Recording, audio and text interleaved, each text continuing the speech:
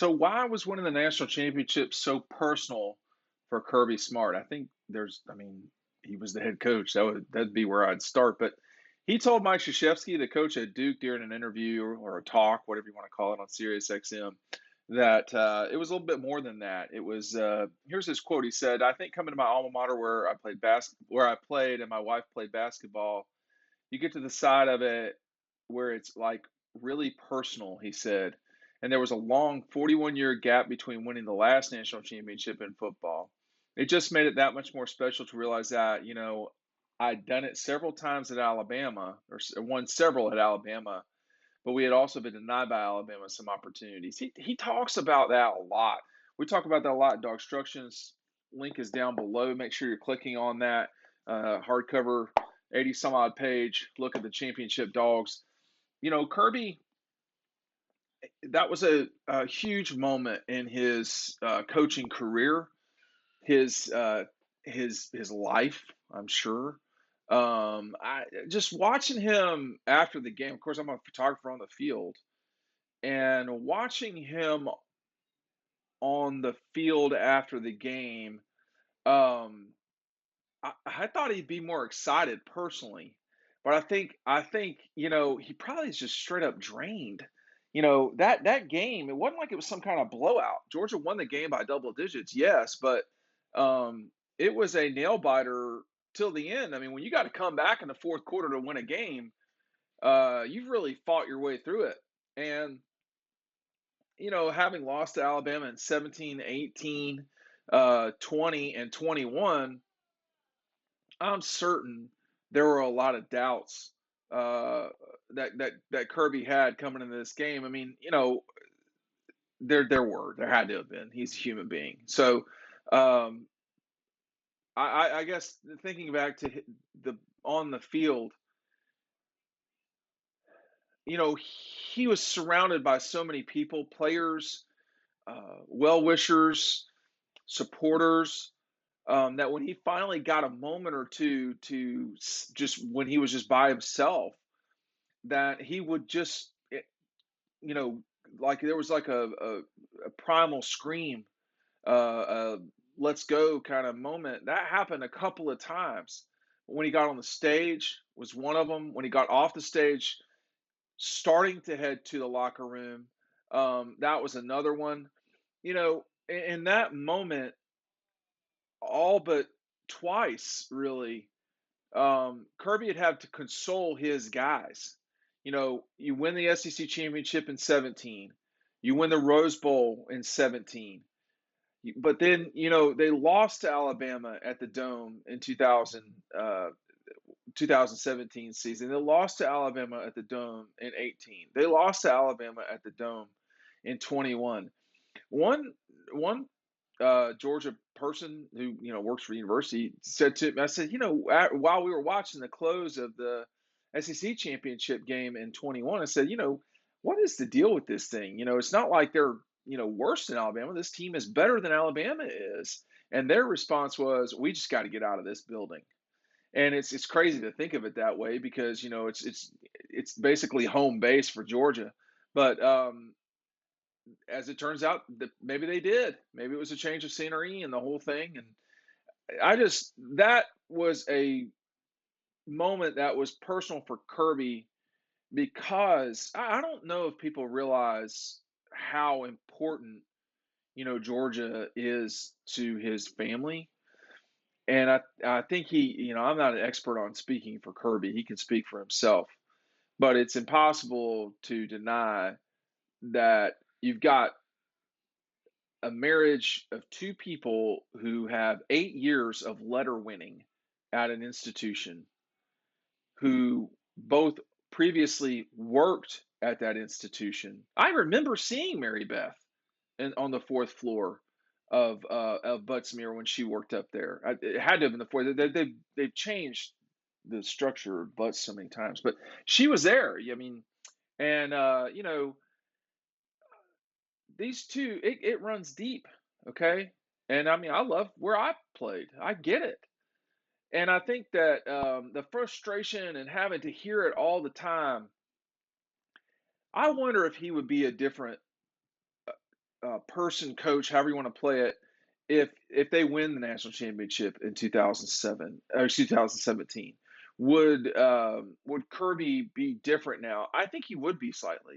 I think he would be slightly. I think that it would have come a little bit easier for him. I mean, not a lot of coaches get into collegiate coaching, and the second year that they're head coaches, they win the national championship. That's very strange. Bob Stoops did that. Maybe Dennis Erickson. Dennis Erickson at Miami inherited a monster program.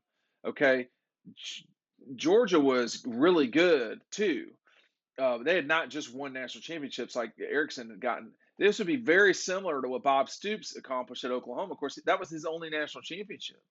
So, you know, what's it been like for him internally?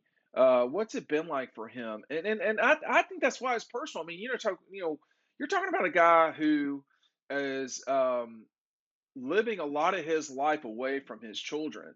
Now they're in Athens and they get to come to, but he's missing a lot of time. And it's not exclusively him. There's assistants up there, there's staff up there that are working late and are not being able to see their children grow up the way maybe a normal parent would.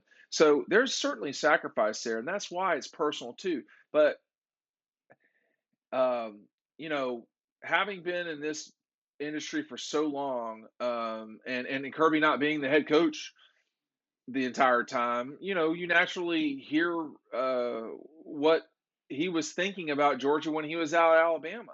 He always thought Georgia could be a power. He always felt like there were advantages there, and there are.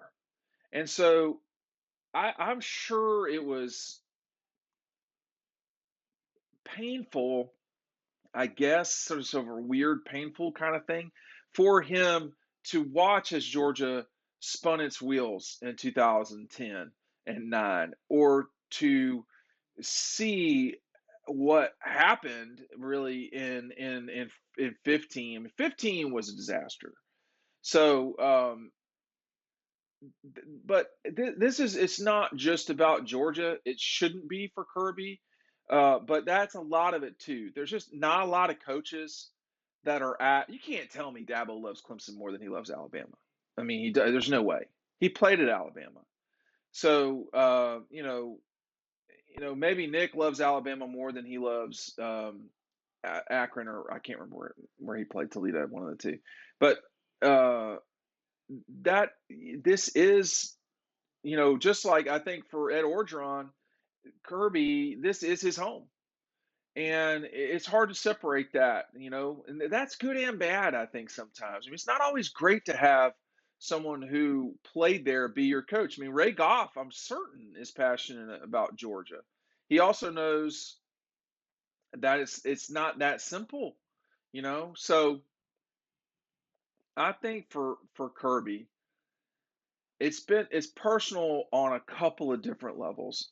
You got the Alabama aspect, you've got the fact that he went to Georgia, but leaving those two things aside, when you're a head coach and you're spending, I don't know, 80 hours a week, maybe 100, I don't know about 100, but something like 80 plus hours a week, with this being your life, not your job.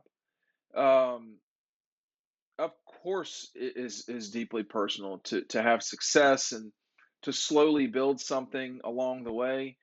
It's a major accomplishment in his life, and shows just how competent he's been. I do not think Kirby Smart is without criticism. All right. There are people that do what I do, that cover the team, that are sycophants. They only, they just want to see Georgia win. They just want to see this. They're friends. You know, that's not what I am. I am a person who is independent uh, of the university, and I think that gives me the wherewithal to call it like I see it. And I think that in Kirby's case, of course, it's personal, and he has done a hell of a job. My expectation moving forward is that this is not the last national championship that he wins at Georgia. If it is, you can't say that he's been some sort of failure. But I think that something other than just this one would be a disappointment. Now, how long it will take for him to do that, I don't know. But he certainly should, and Georgia certainly should. This university is as loaded up as anybody in the country. Not, you know, I mean, Texas, Florida, Ohio State, that group should always be really good at sports and in football. Two of them are right now, Georgia and Ohio State. Two of them are trying to figure things out and have been for a decade, which is Texas and Florida, which goes to show that the right head coach at the right place is really important. Please make sure you're picking up DAWGSTRUCTION. Talk about Kirby a lot in here, obviously. Um, you can pick this up down below. I didn't want to show you one. Well, I'll just, that was the moment right there for me. This is really his only explosive moment on the stage. I was very fortunate to pop that particular image. We got kicked around putting that on the cover, but we went with this one, man. I think this is really, really, really, really, really, really good cover. You're gonna want to make sure you have this book. It's pretty neat. I'll tell you that right now. Hey, thanks for watching. We'll see you on the website.